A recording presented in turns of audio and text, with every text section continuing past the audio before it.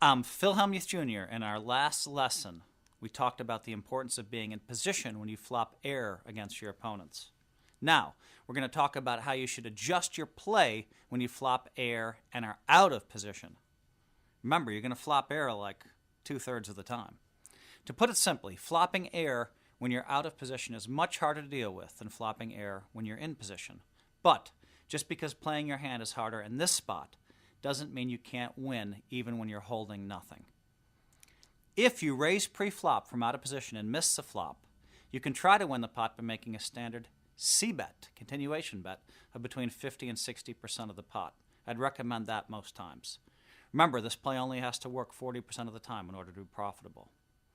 If you get called or raised here, though, be prepared to concede the hand and shut down if you don't improve on the turn. If you decide not to lead on the flop after your pre-flop raise when you flopped air, you can still try to take the pot by check raising your opponent. Be warned, though, because this can quickly turn into a very, very expensive bluff.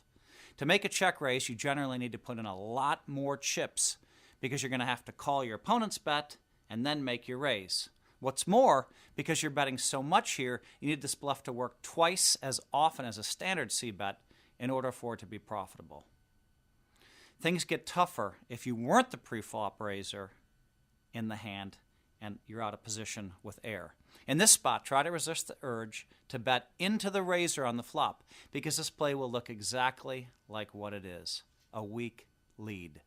Remember, if you flopped a big hand out of position against a pre-flop raiser, you probably wouldn't bet it because you'd want to trap them by letting them bet into you.